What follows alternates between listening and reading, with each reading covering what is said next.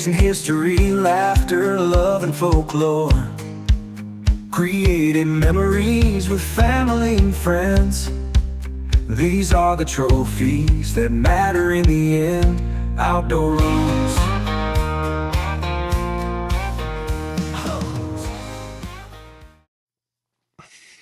Okay, here we go. So there we were. It was opening day of deer season, 2002. This is how we're starting this? This is how we're starting this. Mark and I were in tree stands, 2 tree stands, in a cherry tree with 3 trunks. So a common trunk and then 3 equal-sized trunks coming off of that. And it was the perfect place to set up multiple tree stands because when you got up like 15 feet, they were, 5 feet apart, trunk to trunk or something. And I was slightly above Mark. Now, I know that this was 2002 because that was the first year of Pennsylvania's antler restrictions on deer. Right, Mark? Sure. It was also the last year that Mark was eligible to be a youth deer hunter in Pennsylvania. Which meant what, Mark? I was 15. And Well, I didn't have to follow antler restrictions. Right. You were exempted from the antler restrictions because you were young enough. Correct. So we decided to hunt together that year. You were tug out. No, well, you had your buck. I don't. Well, no, that ends up being part of the story because I shot a deer that day. Right, but you didn't have a buck tag. You shot your buck. That was your born to kill year. No, that was earlier. Was it? Yeah. Oh. I think I could have killed a buck that year. I think I just wanted to hunt with you. I don't think so because we went out west. We went to Western PA then and I shot a buck and you weren't buck hunting. We definitely did that too, yes. Anyway, Tim makes fun of us for always getting in arguments during these stories. I'm not trying to argue. Regardless. I had a tag. You may or may not have had a tag. As my grad school roommate would say, you're not trying to argue with me, you're just telling me I'm wrong. Exactly. Okay. So, we are hunting together. Mark has a rifle. You have Matt's 257 Weatherby Magnum. Correct. I have my single-shot handgun and a video camera. Correct. And this spot that we're in, it's in a clear cut, so it's pretty thick, but it's a spot that Dad has killed a couple of nice bucks from in recent years. Correct. Recent to when we were hunting. And Dad is hunting about 200 yards away from us by himself. Right? Correct. What happens? You're really bad at recording video with a video camera. Okay, we can start with my screw up. Well, we get the first light and heard of probably 6 deer. I think it's about what it was. I mean, I was pretty focused, but on the singular buck that was with him, a nice 8-point came out. A really nice 8-point. A really nice 8-pointer. And I mean, we're talking 140 inches, which for upstate Pennsylvania at that time was a very large whitetail. Yeah, I don't even know if he was that big, but he was really nice for northern Pennsylvania. And it was by far the biggest deer I'd ever been around in the woods. Buck I'd been around in the woods. Me too. And the blasting commenced. The first shot, we thought we saw him buckle. And then after that, but he didn't drop. And Mike said, just keep shooting. And I think I ended up shooting 4 rounds at him. We agree on that. And he then moved off from the spot. He was on kind of an edge of thick stuff, and he moved off and went directly to Dad, who then shot him. Those things are true. Those are facts. My recollection is he came off the ridge above us, and we knew he was coming, and you had time to get ready, and he stopped at about 45 yards in a pretty good opening. The exact direction my tree stand was facing with the shooting rail. I mean, I could not have been broadside, could not have been, maybe a little quartering too, but yeah, pretty perfect. Pretty perfect. And you shot that first shot, and like you said, he jumped, almost like he was hit, but he jumped, but he only ran like 10 yards. Right. And he stopped again. And this is one of the things that I'll never forget about this deer is he stopped again and looked around like, what was that? And I looked down at you, and you had not reloaded yet. And I said, Mark, shoot again. And when you lifted the bolt handle, it clicked. And he looked right at us, just like locked on us.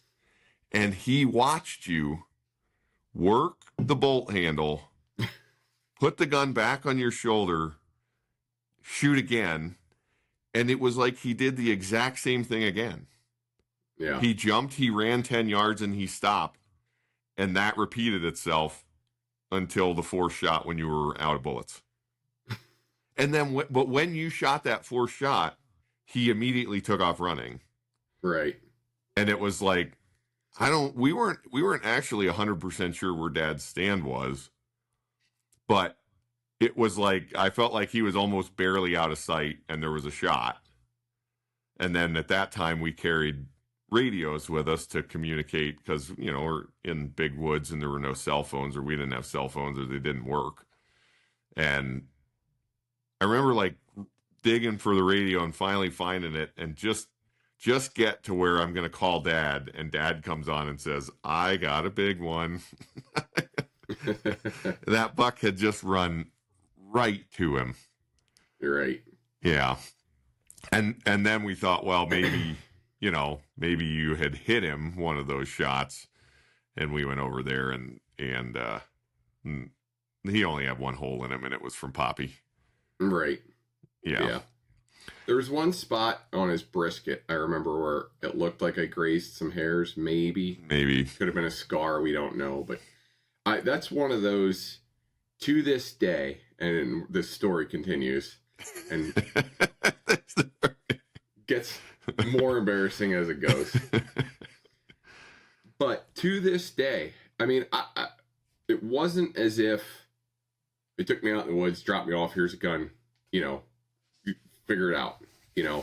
We grew up shooting pellet rifles from the time we were, BB guns from the time you could work one, pellet rifles, and trying to go out and shoot rats at our friend's house and with pellet rifles in their barns. I'd shot deer at that point. It wasn't your first deer. I'd killed a buck.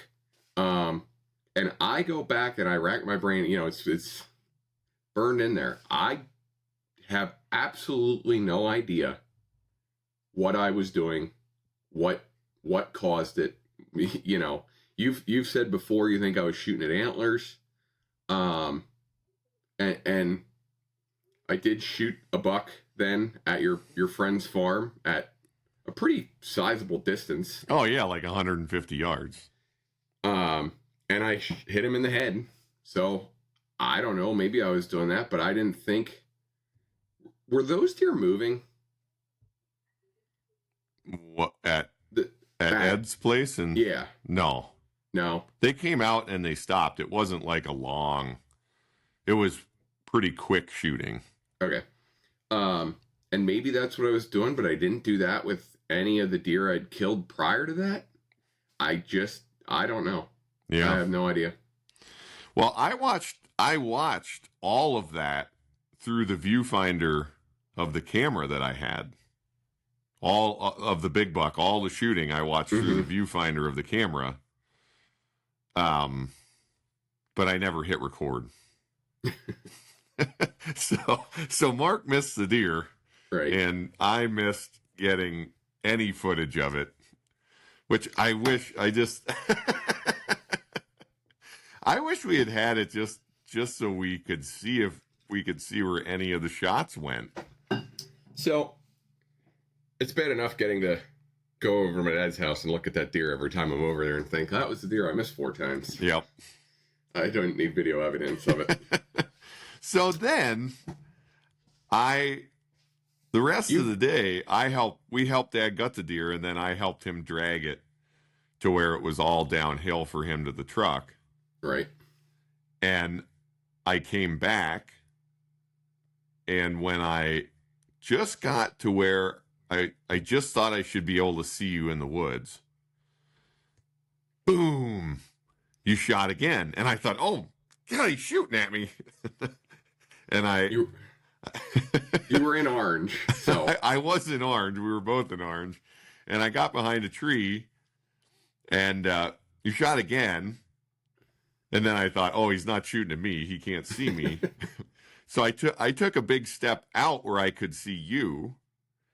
And then I saw you shoot 2 more shots. And then you stopped and you put the gun down. And I remember I probably let 10 seconds go by. It felt like a long time. And I was like, I'm probably 50 yards from you. I was like, Mark. And you turned around and looked at me. And you're like, what? And I'm like, what happened? And you said, I'm shooting at a spike buck. And I was like, okay, did you get him? He said, I don't think so. Can't you see him? Like, you should have been able to see him. He was close enough. Like, what? Like, I can still see him. He's standing right there. Can't you see him? Like, and I was downhill of you. So I was like, no, I can't see him. They're like, are you out of shells? Like, I have 2 in my pocket. And I'm like, shoot him again. You shot those 2 at him too, and somehow never cut a hair. It was again. Yeah. I have no idea. No good, very bad day of deer hunting. Yeah. And then we ended up, I think I went to Dad's stand then. You did. Mm-hmm. Eventually. I think Dad came back or something and hunted with you, and I went to Dad's stand. I don't know what happened, but I ended up getting a doe with my pistol that day, my first handgun deer. With a contender. Yeah, 30 barrel on your contender. 30, yep. Anyway, obviously we're doing something just a little different today. Thought we'd start with a story here. If you're still with us, everybody, welcome to the podcast. It's just Mark and I today, so just Mike and Mark today. I thought it would kind of be fun to do an episode where we dove in a little bit just to one member of the group, and so I wanted to talk to Mark today. If you've been following along, you already know that Mark's the youngest brother, and he's quite a bit younger. Mark, how much younger are you than Matt and I? Well, I'm 38, right? Yeah. Kate is 40, just turned 42. I'll be 39 in August. Kate just turned 42, and that's 3 years from you to Kate. Yeah, I'm 44. Okay, right. So, and then Matt's 46. He right. just turned 47. So you're like you're just over 6 years younger than me, and like 9.5 years younger than Matt. Right. Right. We will be all 40 for a short spell. All in our 40s for a short spell. Right. And so, I guess I think it's got to be kind of interesting what your perspective on growing up in the family was, just from the standpoint of being the youngest. What was that like? Like, what's your perspective on being the youngest of the brothers? I mean, the youngest of all the siblings, but how do you think your experience and outdoor experiences were different because of that? Well, I mean, at the start, from, I don't know, what age you think you can start doing stuff and following your brothers. I'm 4, right? 5. You guys are then, in your double digits. You're probably 8, Matt's probably 11. So I'm a boat anchor. I'm a pain, I want to go with my brothers. And, at that age, understandably, might not have wanted to be what you necessarily wanted. I just held you back. But, I would say that the desire to be afield with you guys was always there. From a young age, I just wanted to tag along. I remember, I would have to guess I was in the 3rd or 4th grade when I got to go goose hunting with you guys the first time, standing in a cornfield in northern Lebanon County, and just dogging for you. Birds were hit and go find them. So, and that was a great time. And then it became dove hunting, going over to the Kreider's farm to shoot groundhogs and rabbit hunt, and here's thick stuff, go through it. Our parents didn't ever want dogs, so I was the next best thing, I guess. But I will say, it was great. Not to toot your horn too much. You don't need a bigger head than you already have, but Yeah. you did always include me, as much as you could. Matt was more the big brother, and you always kind of brought me along. So I've always appreciated that about you, Mike. But I did get kind of, it was kind of training in both worlds in a way. It surely was a little different in that, you guys, when you were up at camp, I was at home with Mom and Kate. We were watching Hallmark movies and getting ready for Christmas. I was stuck at home. So maybe a little softer side. I don't know. A little more of Kate's tutelage, I guess. But always wanting to be there, always wanting to be with you guys. So, Yeah, I feel like there were moments for me growing up with Matt as the middle brother, as the younger brother. I'm only 2.5 years younger than him. And, there were definitely moments where I felt, left out of things, or Matt and a friend, would leave me behind. But those moments weren't all that common, especially like a little bit later as I get into high school or whatever. So with Matt, I felt much more like a contemporary. Like, we learned a lot of stuff together. We took on a lot of the kinds of hunting that we did together. We kind of built out the whole waterfowl thing that we did for a long time. As a team with other people like Dan Kreider and Paul Metley and other folks. But with you, it felt a lot more like mentoring. You know what I mean? yeah. And so I feel like that's one of the big differences, not anymore by any means, but one of the big differences from when we were kids was I felt more like a mentor to you and more like a contemporary to Matt. I don't mean from your perspective, I mean from mine. Right.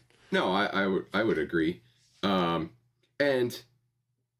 I would say that you've always been more willing to jump into new ventures, and probably that helped Matt move along with some things, that you were more open and willing to try something new. And then once you got the hang of it, bring all of us along. Honestly, here we are podcasting.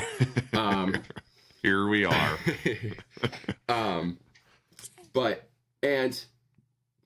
A lot of stuff, Dad was a huge influence on all of us. Pop Grant was a huge influence on all of us. But till we came of age, Dad didn't do a ton of small game hunting. Right. He didn't waterfowl hunt. He deer hunted.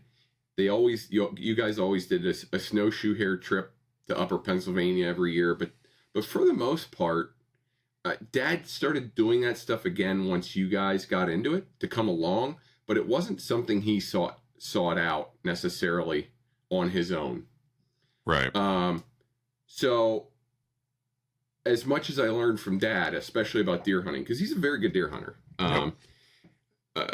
He was one of the more successful public land deer hunters I knew growing up. And that's not trying to brag or sound pretentious in any way, but he was pretty decent at it. And turkey hunting. He's quite a good turkey hunter. Which I never got into. I know you did, but that was one thing I never did with him. I didn't do as much with him, but yeah, if it was going to shoot our shotgun, shoot claybirds, shoot, pigeons, dove hunt, for the most part, until you moved to college, I was going with you. My first experience driving a manual truck, I should say, was in the Crider's Lane. I don't know if you remember that. Oh, but I remember. We got going uncomfortably fast at one point, is my recollection of that. First, we got your old F-150. Had it against the rev limiter at one point, I think, before dumping the clutch. But that as far as hunting was as much you and Matt as it was anything. So it felt like we were tagging along. I was tagging along at times, sure, but I was always glad to go. I didn't let it bug me. Yeah. Well, I mean, I certainly was always tagging along with Matt as well, or there was a number of years there where it was just me tagging along, which honestly probably is one of the things that made me more of an assertive person. Like, if you want something, you got to tell people you want it, and you got to fight for it. Mm-hmm. Because people aren't just gonna give you what you want all the time if you don't ask. Yeah. What do you feel like as the youngest? Like, is there anything you feel like you really missed out on? I mean, I think that time with Pop Grant is always the thing that bugs me the most. I never got to hunt with him. I didn't get to drive with him. He passed away when I would have been 9 or 10. Our grandpas passed away in 96 and 99. Yeah. So, and everything happens for a reason. I know that. Because of that, Pop Bud, I was very young. Pop Bud really spent a lot of time with me then in those years after. And it's time that who knows if I would have had, but I hold very special to me, that maybe I had a little bit more time with him than others because of that, could be, but I missed out on that. That's the biggest thing. Other than that,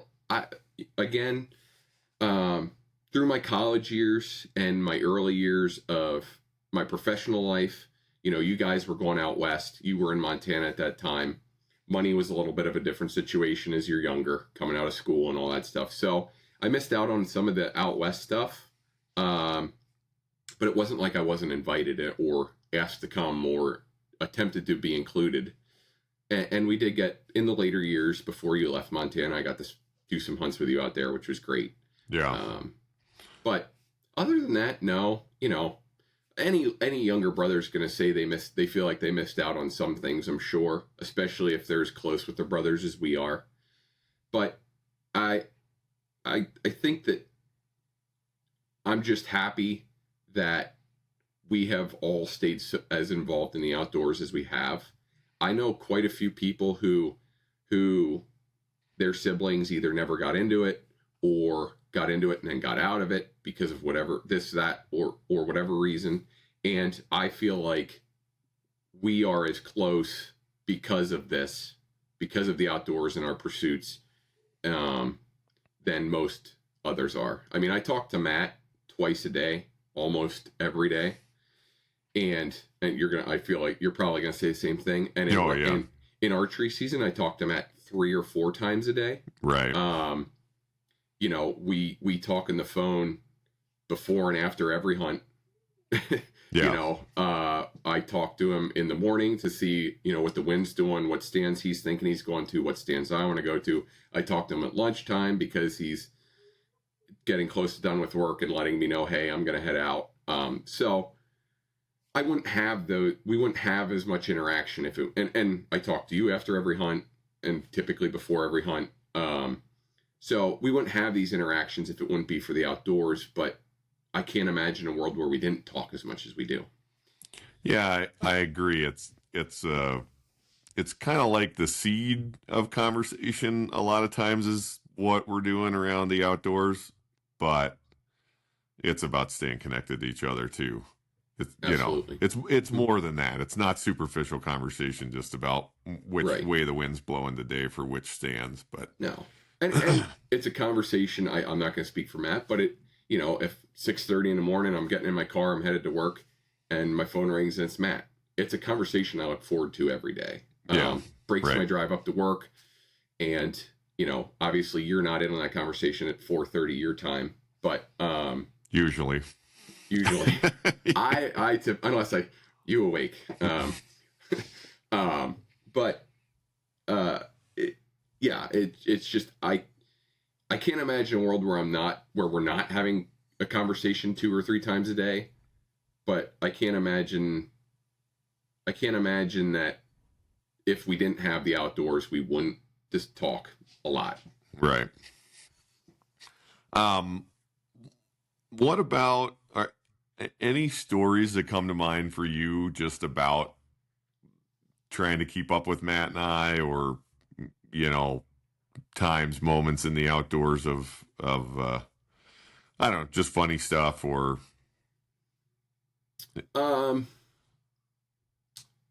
again, you know, it was always we're going, you know, rabbit hunting. That was one of my first things. As a kid, going to deer camp, I looked forward to. Deer hunting, sitting around being bored. Yeah.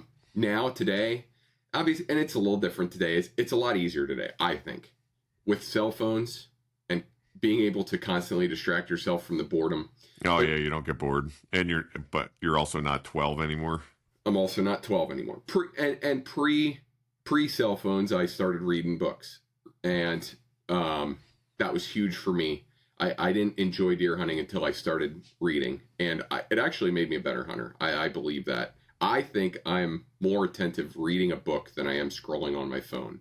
So I try to make it a point in archery season to be reading and not on my phone. But I would say, like, things I remember, again, I looked forward to rabbit season, I looked forward to goose season, I looked forward to duck season, especially the week between Christmas and New Year. Before we started really flintlock hunting, that was what we did around home. That wood duck right there, we shot. It was actually kind of strange. We don't get a lot of wood ducks around here in the wintertime. Right. And we had a pretty heavy freeze, which made the section of creek we could hunt much better. And I'll never forget that bird coming down the creek, and you and Matt saying, "Here it comes. This bird's yours." And one shot stoned it. Like, you gave me 100 of those shots, I'm gonna miss it every time. But because it wasn't especially close, it wasn't especially easy. The bird wasn't landing; it was just a passerby. But you guys both being like, "Yeah," and then the snow is deep, so it took us a little bit to actually find it.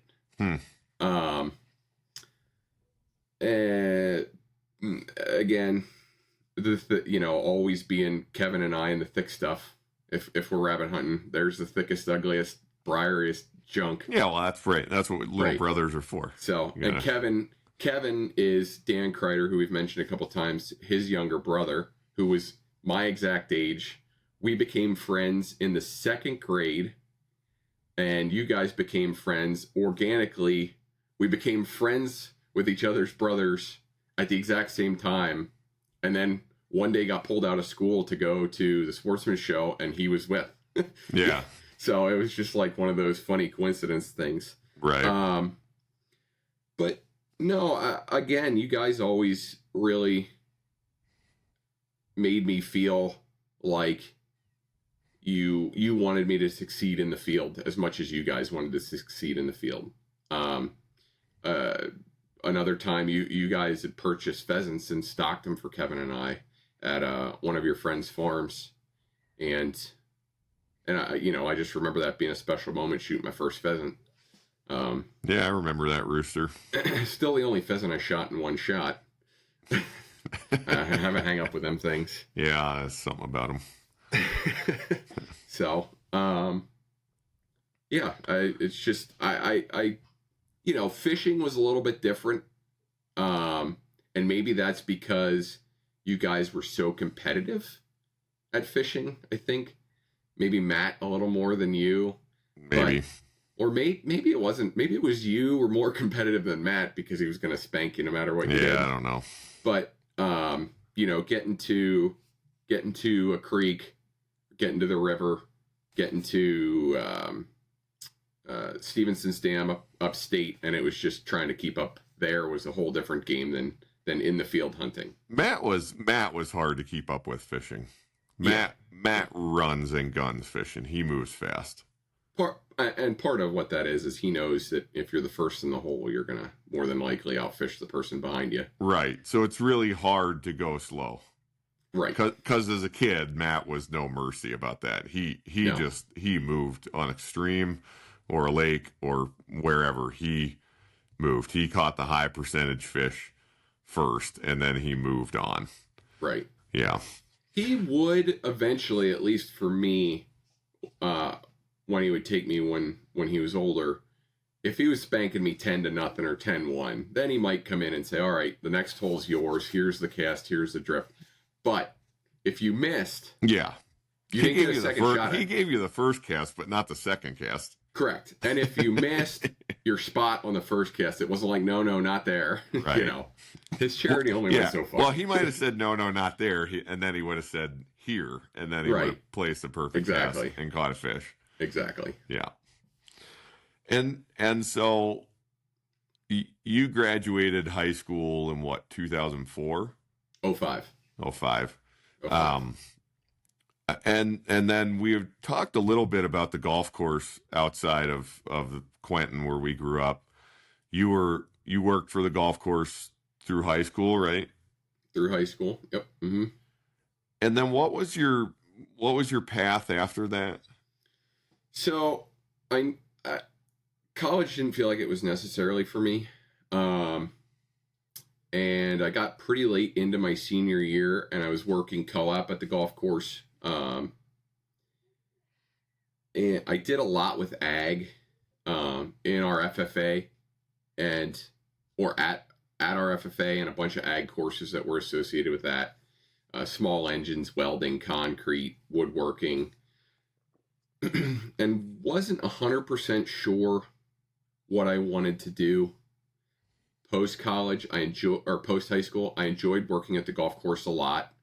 We all worked at the golf course for Jim Jones, who's a great family friend. He was a superb role model for me career-wise. He did a lot for me. He helped me a lot. And I was the only brother to go and work on the grounds crew. So I really enjoyed that work a lot. I enjoyed working with the mowers. I enjoyed mowing. I enjoyed all the day-to-day with the golf course. And in the latter part of my high school, my senior year, a flyer got passed around in one of my engines classes. I wasn't actually in that class. I was advising in that class. I was helping out. And it was for a certificate program at Penn State for turf ag equipment management. So more of the managing mowers, the shop side of things on golf courses. I had a little bit of experience. It wasn't a full accredited program. It was a certificate. I would be working some with some of the turf grass guys up there, and it was just a short program. They really wanted you to spend time in the field. So we started in October and went to like April, something like that. And then immediately they wanted you on a job somewhere working in a shop on a golf course. Mm-hmm. So, and then a second year, and then that was it. That was the end of the certificate program. It was a 2-year program. Graduated from there. Went to work at in Lingelstown on a country club. I don't remember that.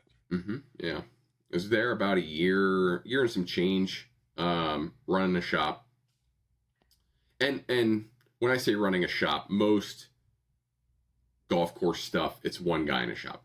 Yeah. You know, if you go up and you're on a big PGA course, of course it's going to be many guys, or real high-end country clubs, it's going to be many guys, but everything my experience was just one person in the shop. Then I went to work actually back for the Joneses. So Jim is actually a family member of a group of people who own multiple golf courses. I went back to work for that company at the main course in Pine Grove. I spent about 2 years there, and then I moved to a course they had in New Jersey and spent 2 years there. And actually moved out of the shop and was assistant superintendent. And then and that course was near Princeton, right? Near Princeton, yeah, just north of Princeton. Mm-hmm. So, and that we've talked in previous podcasts about hunting on the golf course in New Jersey. That's where that was. Correct. We had a good time, Matt and I. And I would say at that time, living in New Jersey, kind of on my own, living a bachelor life, had a lot of free time. That's when I really got back into archery hunting. I'd archery hunted some in high school. My friend Phil and I spent a lot of time doing it in the fall when we were both here. Once I moved away and was in New Jersey by myself, then I really switched gears and went hard into it. That's when I really fell in love with deer hunting again. And then from that job in New Jersey, you ended up moving back to Pennsylvania, kind of getting out of the golf course game, right? Yeah. Mm-hmm. Yeah. It's a tough industry. You have to be kind of fully committed to that being your life. The joke was when you're a superintendent, you know, the golf course is your wife and your wife is your mistress. It's very hard to have a family. You miss a lot of things. I'd seen from my experience, my 8 to 10 years in the golf course, how hard it was to manage the family side of things. And I knew a family was something I wanted. So looked for a career change, came home and got a job working for a smaller equipment shop, and have been there 12 years now. You've been just in that role. I mean, just at that place ever since New Jersey. Correct. I've been the service manager there. I'm not wrenching. I'm managing more, right. Scheduling, stuff like that.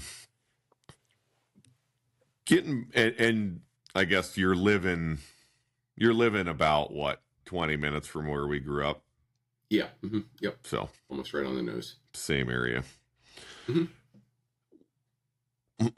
I wanted to ask you a little bit. I mean, just about highs and lows of your outdoor experiences. And I suspect that the story that I ambushed you with at the beginning of this was probably one of those low points. But what's something that stands out to you that you're most proud of from an outdoor accomplishment standpoint? I mean, and let me throw a caveat on here.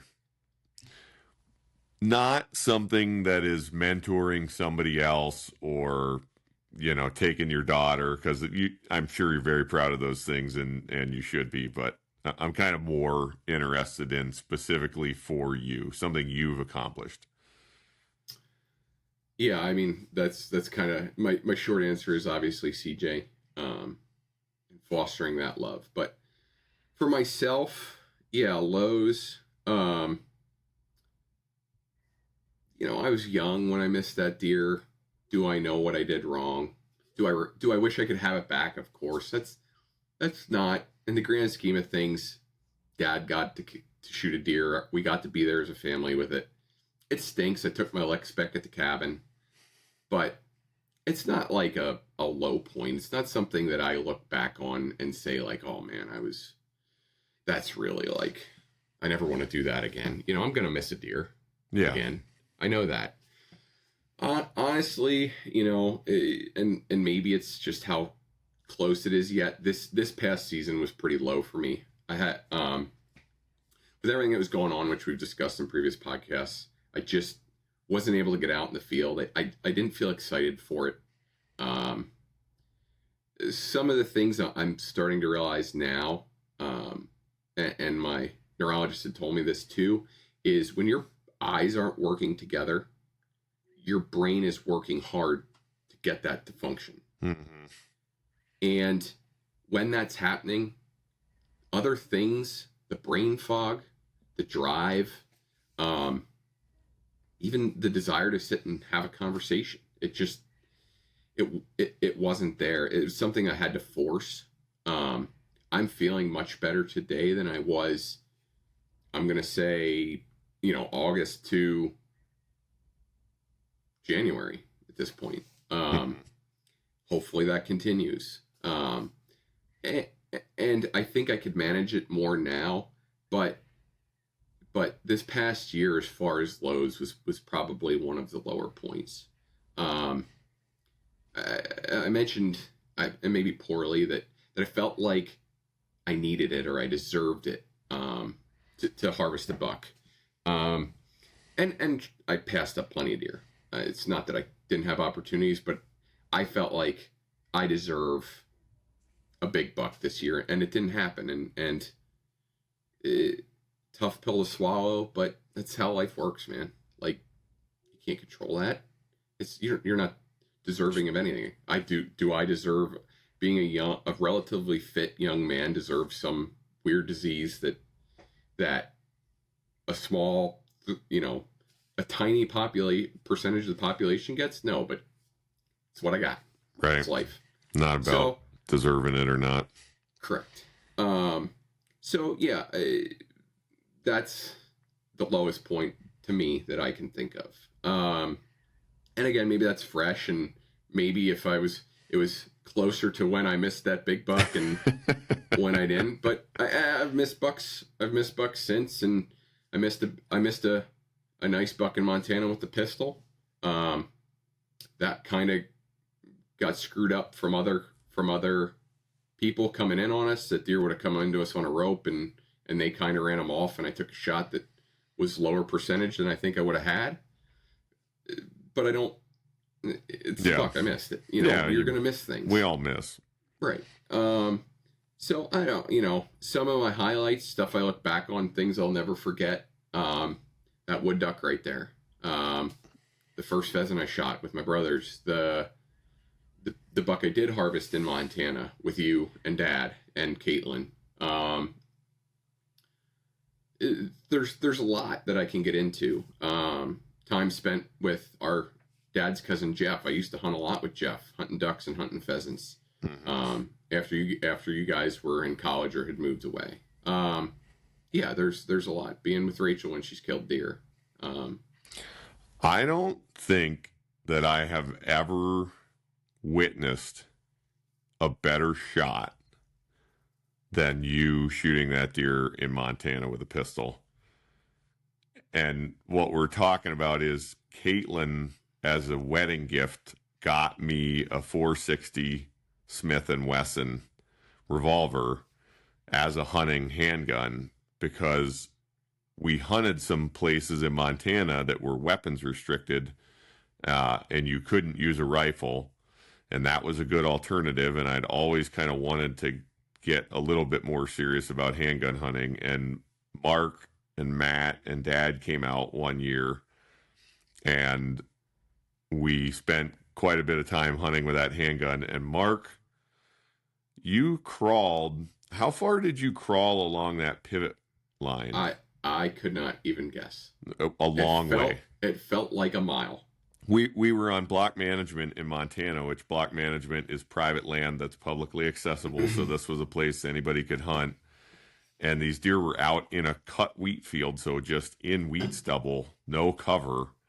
And Mark crawled out to about 150 yards from them, and I had a scope on that 460. And man, you just made an absolutely perfect shot. Rested on a wheel, on an irrigation wheel line.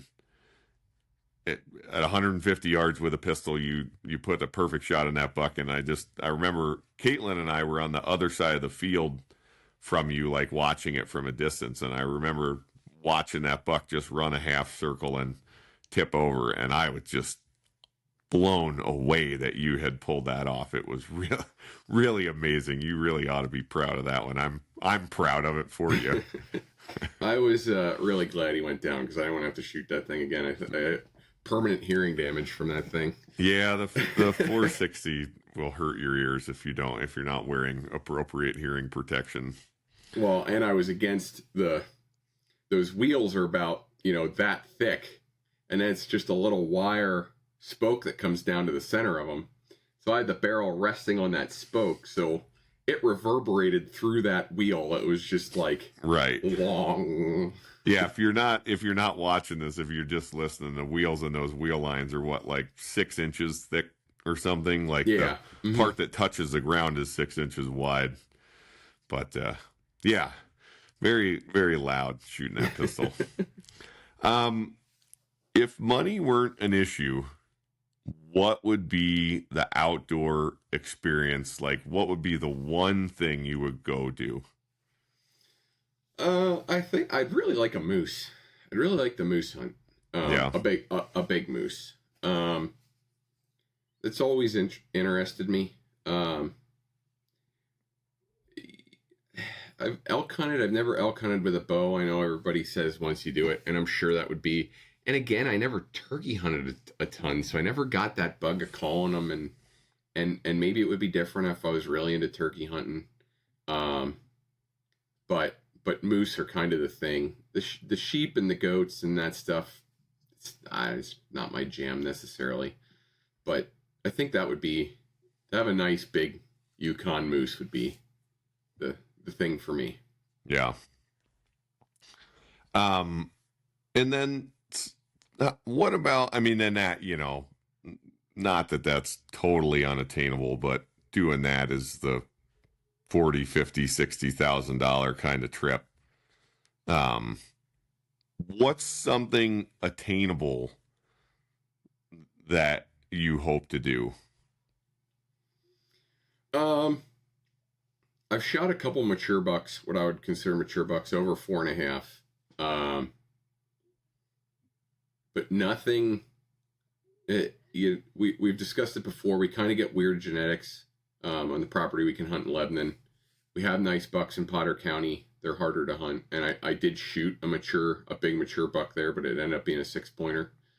And I shot a buck with a drop tine here in Lebanon County that was older, but I don't have anything in that big 150-inch, nice symmetrical rack. So I think to get the opportunity to shoot a nice big buck with a bow is something I think that's obtainable, and I continue to pursue. It's what keeps me in the field, even on the days where I don't want to be there. It's windy, it's cold, I'm depressed. I've hunted a lot throughout a season, but knowing that I'm not going to shoot it sitting on my couch is what drives me forward. I was hoping you were going to say shooting an elk with a bow or shooting a Merriam's turkey. I see, and this is one of the things about turkey hunting is I've always worked in my career path has always been that spring is like there's no time off in the spring. Yeah. So I have turkey hunted a handful of times, maybe 3, 4 times. I missed one once that busted and was running away. And I think I would enjoy it. I don't think I don't do it because I don't think I would enjoy it. It's just it's something that I've not been able to get into. And I've started putting in for Wyoming for elk. So I'll get there eventually. Yeah. What about fishing wise? Oh, I'd really like to get snapper fishing. If we're talking about things I haven't done yet, that's something that I would really look forward to doing. Most of the Florida species I'd like to get after. Tarpon, I think would be cool. And it's a once thing, I think.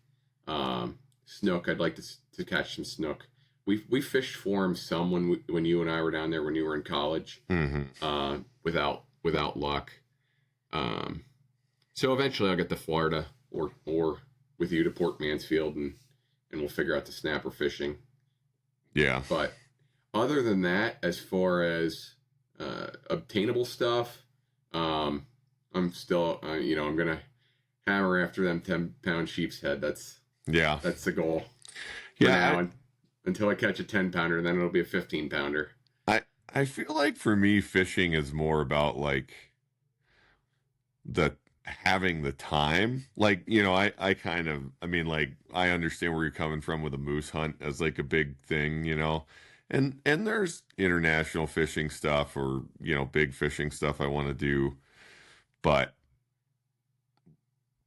I would also really love to have a month to spend, right, at Cape Charles in Virginia or down at Port Mansfield, or really, have that kind of time to learn a place and a couple of species that, like the sheep's head. I think you know enough about that, and we've gotten enough of a flavor about it that it would really just take time to get really good and really dialed in on it. Yeah, and we're a group of Googans, we know that. But even some of the stuff I've seen, it doesn't seem like, and maybe it's that they just don't target them, but we've had good days. I think if you go down there and you catch 10 sheep's head, you're having a pretty good day. Oh yeah.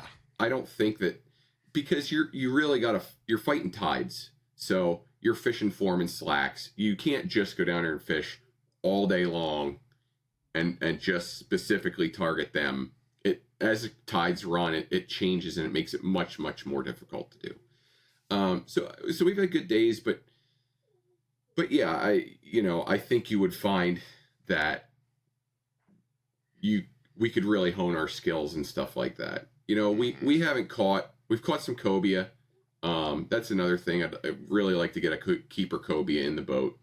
And sure, I'd like to catch a 10-pounder for myself, but Hunter caught one in the boat. A lot of that to me, I'm as happy as if you're catching a big fish or Hunter's catching a big fish. Well, maybe not Hunter. No, I'm kidding. And definitely not Matt. Definitely not Matt. He can go swimming for all we care. Or Dad. I'm happy if we're boating fish. I'm happy. Growing up, one of the things that I don't know that you guys did quite as many trips to Cape Charles as I did. No, I didn't. I haven't spent as much time there as you. And that was it was one of those timing things. You were off at college. Matt was in the position where he was working and starting a family, and time and money weren't as readily available. Dad had to take me along because I was of age and he was paying for it. So I spent a ton of time with Dave and Dad in the boat, and a ton of time in Cape Charles. I spent a bunch of time sitting in a hotel room because we went down there, and 1 out of the 3 days we could fish, it was too windy. Right. And at a young age, I said to myself, I'm going to have a center console. Like, I never wanted fancy cars. I never wanted a big house. I always wanted a center console boat. So when we went down there, I could build memories with my family and Dave and the people I love, and I was, I was looked up to Dave and I looked up to Dad because they were supplying those memories for me, and I wanted to be able to do that for the people around me. So I don't view, if we go out there and we catch a 40-inch cobia and it's Matt on the line, or it's you on the line, or it's me on the line, it's all of our fish, in my opinion. We're all working for the same goal when we're fishing like that, and that's one of the things I love about it. Bass fishing I could go bass fish 10 minutes from my house. I could go buy a bass boat, but there's something different about that to me than the saltwater experience, than my saltwater experience, at least. And that's why I gravitate so much more towards it, and why I love it so much. So getting a keeper cobia, getting some real big sheep's head are goals that I have. I don't know that there's necessarily anything. Maybe someday we go out to the lobster pots in New Jersey and catch Dorado off my boat. Maybe someday we get to the point where we're going out and trolling for tuna and doing stuff like that. But we've done charters, and that was okay. It's just not really our jam, I don't think. Right. Yeah, I agree. I someday, if money's unlimited and I can do what I want, golden Dorado are really a fish that I think are really, really neat, and I'd like to target. I've caught halibut. I'd love to go halibut fishing again sometime, which I'm sure I will. Yeah. I'm excited to hear how this experience goes for you. But I don't, there's not, as far as money as anything, I don't bill fish or whatever. I'm not something, same as, I guess the sheep and the goats is not something I necessarily feel like I have to go do. Yeah. Favorite wild game meal? Sheep's head ceviche. Ah, nice. Good answer. What is a piece of outdoor equipment that you feel like you can't live without? Like something you just need to have? It's a hard question, right? Because, well, I mean, if you have an ice fishing rod, then you need an ice fishing auger, then you need I said to Rachel the other day, it's like, it's not even that our hobbies cost so much. It's that there's so much gear involved. Like, I go on any trip and my truck is just full. Oh, it's so gear intensive. Like, that's in part how we do it. What can I get away with not taking ice fishing? I'm just saying that we definitely have a gear intensive perspective about this stuff. And I like gear. Right. I like getting a new tackle box to organize the new Nomad squid jigs that I got that I probably will never fish with. Right. Because I got 15 other things that I know work, but I gotta have them, so I don't, I mean, I guess the center console boat's kind of one of those things I can't live without. From a family perspective, if I'm going bass fishing, Matt has the bass boat, Yeah. I have the saltwater boat currently. Right. And not that we couldn't use the boat, Dad's boat, but it's sure a heck of a lot nicer being in 2.5 foot waves in a fiberglass boat than it is in that aluminum boat. So I guess that's my answer, my boat. It's a good answer to me. I like your boat.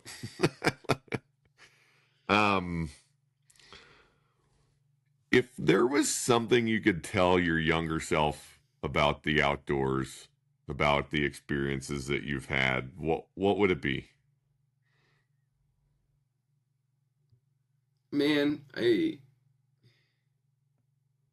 I'm sure everybody would say something along these lines, but just cherish it, man. Like, you don't get that time back, and it is special. Sure, you're going and shooting pigeons at the Crider's relatives' farms with your brothers, but it's not throwaway time. It's not meaningless. It's not nothing. Yeah, you get a pigeon meal out of it, but that's not what's important. And I don't think we've ever really been. A 200-inch whitetail isn't what we're about. I feel as brothers. Yeah, we like shooting big deer. And sure, I'd love to shoot a 200-inch whitetail sometime in my life. But if I don't, if I would trade 100 hunts, 100 days of being with you guys for a 200-inch whitetail any day of the week. And maybe you guys don't feel that way, and that's fine, but that's just what my experience is. I don't need to go shoot a 400-inch bull elk. I don't need to go, but if it were trading, going out by myself or with a guide, a bunch of people I don't know, and shooting a 400-inch bull, or I go with you guys and shoot a rag bull, I'm going to pick that rag bull every day of the week. And people might not believe that. And they cannot believe that. That's fine, but it's genuine. It's the truth. Yeah, I appreciate that. I feel the same way.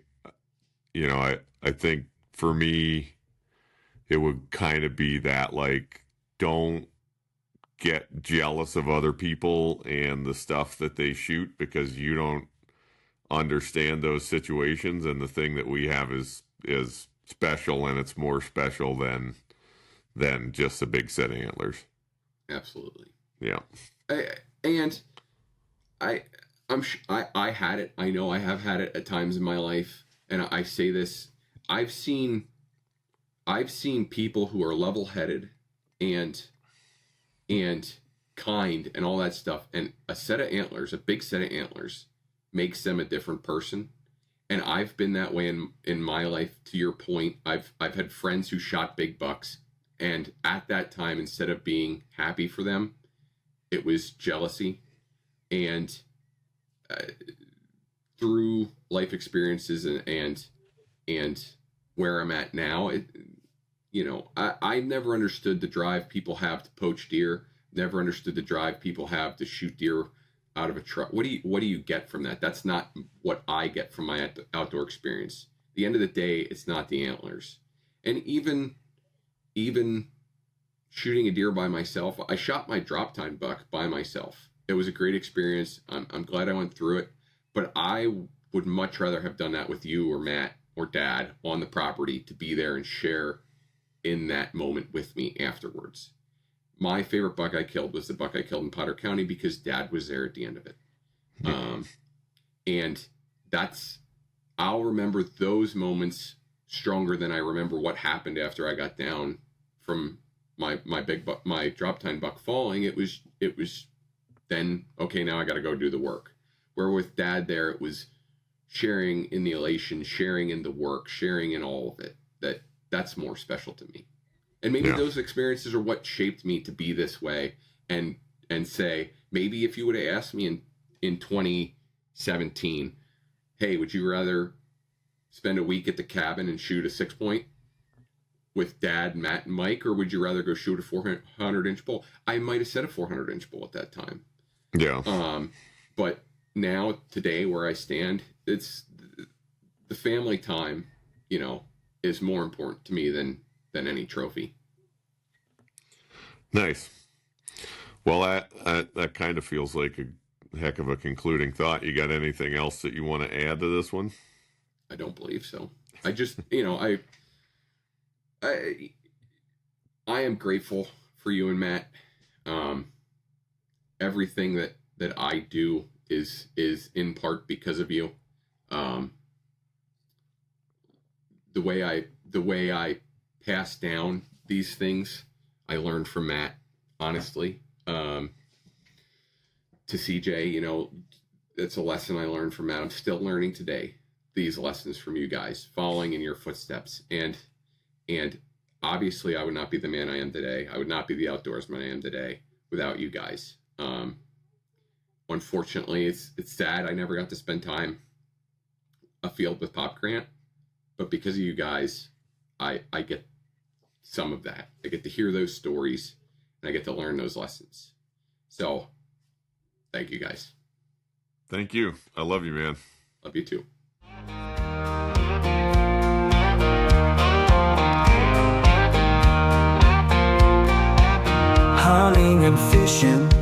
the great outdoors, mixing history, laughter, love, and folklore. Creating memories with family and friends.